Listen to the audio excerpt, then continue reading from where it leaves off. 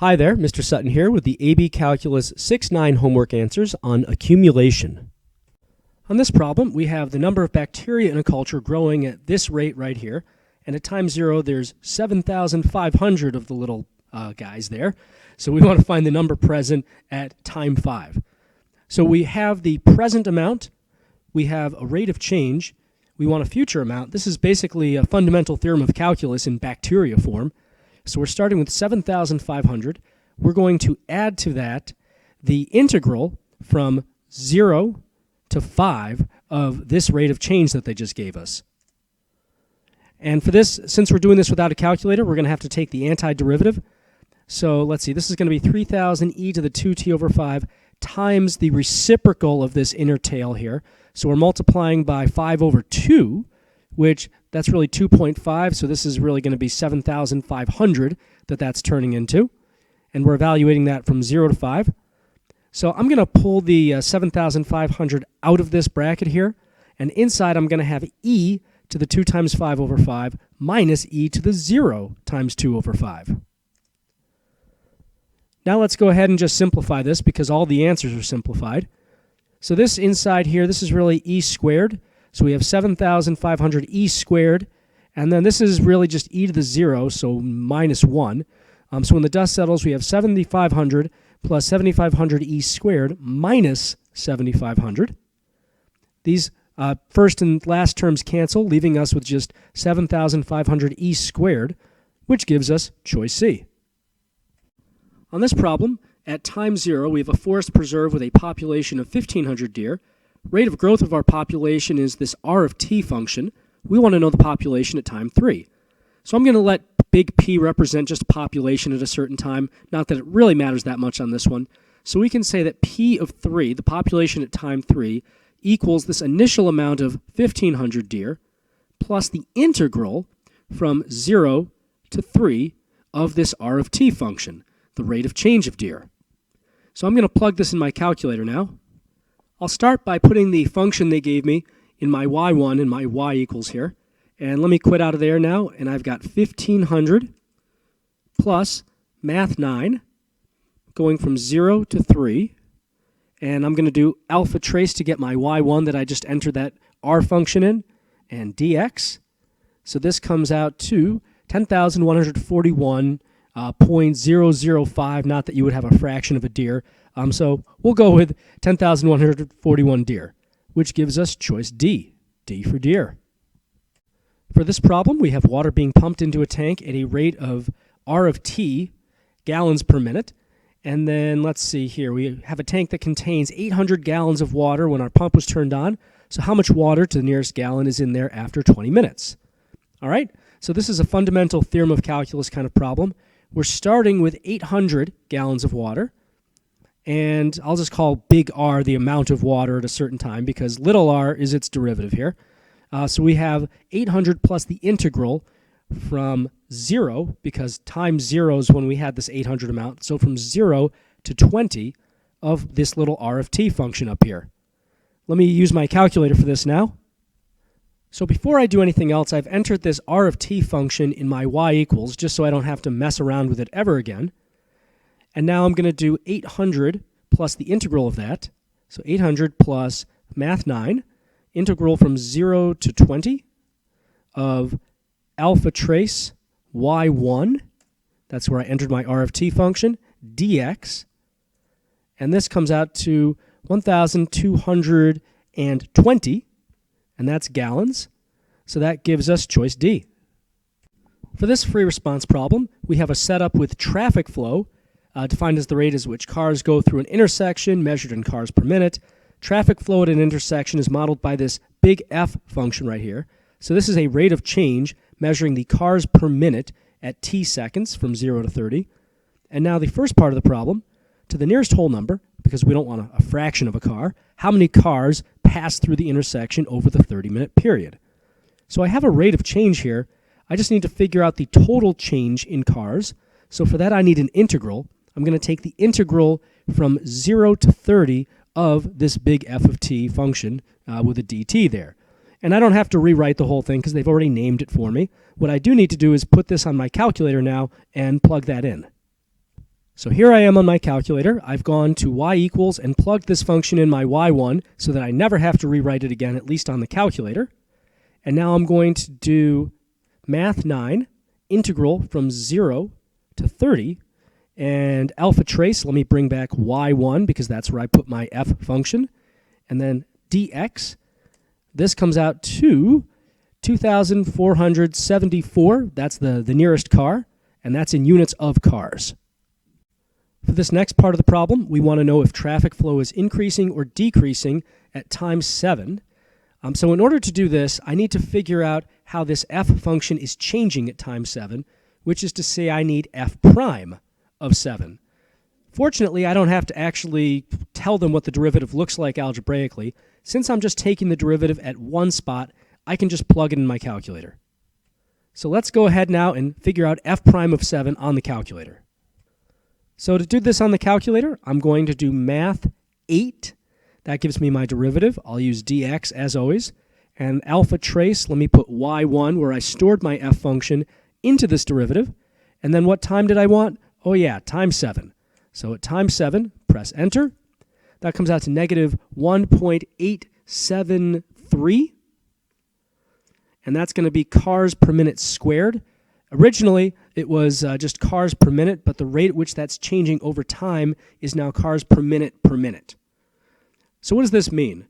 Well, this is a negative number, so that means that the traffic flow then is decreasing at time 7. For this problem, we want to know the average value of the traffic flow from the interval 10 to 15 with units of measure. So in general, we have 1 over b minus a times the integral from a to b of whatever you're trying to average. So in this case, that's going to be 1 over our interval length, which is 15 minus 10, times the integral from 10 to 15. And whatever we're trying to average goes in here. We're trying to average the traffic flow, and here's the traffic flow function. So big F of t dt goes in there. Now it's time for the calculator to do its thing. So here's what I've entered on the calculator. We have our fraction, we have our integral. I stored f in y1, and pressing enter now, that's going to be 81.899, and the units on that is going to be the same as the original units, which is going to be cars per minute. For this last part of the problem, they want the average rate of change of the traffic flow over the interval 10 to 5 with units of measure. So we're just going to use AROC on the f function from 10 to 15. So this actually isn't too bad of a problem compared to what they usually throw at us at a part D. So I'm going to have f of 15 minus f of 10 over 15 minus 10. And I'm just going to plug that into my calculator now because I've already got the f function defined, so I'm allowed to plug in values on the calculator. So here's what I've got on my calculator. I did a fancy fraction, alpha y equals, and then I had alpha trace y1, open a parentheses to plug in 15. Did the same thing for y1 of 10. We've got 15 minus 10 on the bottom, and all of that comes out to 1.518. And our units is going to be the same as the units in part B. This is going to be cars per minute squared because this is the average rate of change of traffic flow. So traffic flow over time. For this problem, the rate at which people enter an auditorium for a rock concert, now this is my kind of problem, is modeled by the function r, given here, it's this polynomial, between 0 and 2 hours, and r of t is measured in people per hour. No one is in the auditorium at time 0, because that would be creepy if they were, when the doors open. The doors close and the concert finally begins at time 2. So first part of this problem, now that we've got our setup here, how many people are in the auditorium when the concert begins? Not when the doors open, because that's 0, but when the concert begins at time 2. So these people are just kind of flowing into this auditorium between times 0 and 2. The rate of people flow is given by this r function. To figure out how many actually come in, we need to integrate this r function over the interval from 0 to 2.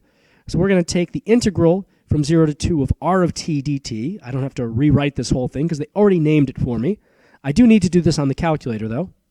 So I'm going to begin by entering my r function in my y equals under y1. That way I don't have to keep rewriting it. And I wanted the integral from 0 to 2 of that function that I just entered. So math 9, 0 to 2. And let me do alpha y1, or alpha trace y1, and then dx, giving me a value of 980 people. For this problem, they want the time when the rate at which people enter the auditorium is at a maximum. So we're trying to maximize r of t. Well, that means we need to test the endpoints, 0 and 2, which we can pretty easily plug into this function since it's already in our calculator. But we also need to test out critical values. And to find those, we need to know r prime of t. So r prime of t, I'm going to take the derivative of r of t. That's going to be, and I did this, by the way, off camera on the calculator to make sure I had the right numbers. This is going to be 2,760t minus 2,025t squared. And now I can actually set that equal to 0 and graph it and solve it on my calculator. Now, I would not be allowed to just write r prime of t equals 0. I actually do need to spell out what this is since I'm using it to solve an equation. So calculator time. So to start, I've entered this in my y2, and I want to graph this now, but I want to not graph the original function, so let me deselect y1. So y2, and my window I'm going to use from 0 to 2, because that's when the doors are open and the show hasn't started. So let me zoom fit this, zoom 0. And here's what my function looks like now. This is my r prime that I just graphed here. And I need to find the sole critical value there. So second trace, 0. And that happens between times 1 and 2. Let me just move my spider over here. Press enter again. Enter one more time. So 3 enters gives me the 0 of 1.3629 and some change here. I'm actually going to store that as a value. I'm going to store that. Press the store button. And that's going to be, I'm going to do alpha A for that, just so I can call back that value anytime I want. All right. So here's what I had on my grapher. And I'm also going to, on my work here, let A represent that number that I just found, so I don't have to keep rewriting it on paper either. All right, so now let me go ahead and use my candidates test. I'm going to test my endpoints and my critical value. Now, r of 0, I don't actually need a calculator to do because there are 0 people when the door is open. But you know, if you plug 0 in here, it zeroes everything out anyway. So r of 0 is clearly 0. That's not going to be the max, hopefully, or else this is a very sad band playing at this concert. What else do we have now? We also want to figure out r of a right here. So let me go on my calculator for that. And r, that was the y1 function on my calculator. So alpha trace y1, open a parentheses. And now I'm going to do alpha a. Alpha, there's a, yep. So alpha a, and you don't have to close it, but I will. That comes out to about 854.527, and that's in units of people per hour, but we don't have to write the units just yet. And then finally, I'm going to do r of 2, the other endpoint. So let me just reuse this value here, except instead of a, I'm going to plug 2 in there, and that comes out to 120 exactly. So taking a look at all of these, the time at which I have the maximum rate is going to be at this time A. So I can literally write A hours, or I could go back here and write 1.363 hours. Either way. For part C here, the total wait time for all the people in the auditorium is found by adding the time each person waits, starting at the time the person enters the auditorium and ending when the concert begins. Function W, which they're not actually explicitly telling us, models the total wait time for all the people in the auditorium before time t. But here's the derivative of w, w prime. That's 2 minus t times r of t. So I guess we're taking basically the rate at which people are entering and multiplying it by the times that each of them are individually waiting. And if you integrate all that to get w, you get the total wait time. Great. So we want to find normal w of 2 minus w of 1, the total wait time for those who enter the auditorium after time 1. So this is a whole lot of reading, and you might have to read it a few times. But if we're asking for w of 2 minus w of 1, the key here is recognizing that w is the antiderivative of w prime. So when I'm asking for w2 minus w1, I'm actually asking for the integral of w prime evaluated from 1 to 2. This expression and this expression are exactly the same. And this is important because although they didn't tell us what w does, at least algebraically, they did give us w prime. Now this might be kind of a pain to integrate if you didn't have a calculator, but since you've got the formula, you can just take this integral right on that calculator. Let's go ahead and do that now. So to make this a little bit easier on myself, I'm actually going to enter this w prime function in my y3. So I'll write this as 2 minus x times y1 because y1 is the r function. Quitting out of there now, let me take the integral, so math 9 of, let's see, we're going from 1 to 2, and I want alpha trace y3 now in my y equals menu, dx, and that comes out to 387.5, and that should be in units of hours because this is wait time. For this last part on this problem, we want to know on average how long does a person wait in the auditorium for the concert to begin. Consider all the people who enter the auditorium after the doors open and use the model for total wait time from part C. Okay, so how many people actually enter the auditorium? Because we need to divide by this number in order to find the average wait time per person. Well, back in part A, we found that that number was 980. So we're going to divide by 980. What are we going to divide by 980? Why, the total wait time. And how can we model the total wait time? With the integral from 0 to 2 of that w prime that we saw in function or in a problem part C. So I'm going to do integral from 0 to 2 of w prime of t dt, and then I'm going to divide that by 980, and of course I'm going to do all of this on the calculator. So here's what I've entered in my calculator. Pretty much the same setup here, 1 over 980, again that was the total number of people, integral 0 to 2, and then I'm so glad that I stored y prime as, or w prime rather, as my y3, so I didn't have to rewrite all that. And let's see what that equals. 0.776, and that's going to be units of hours.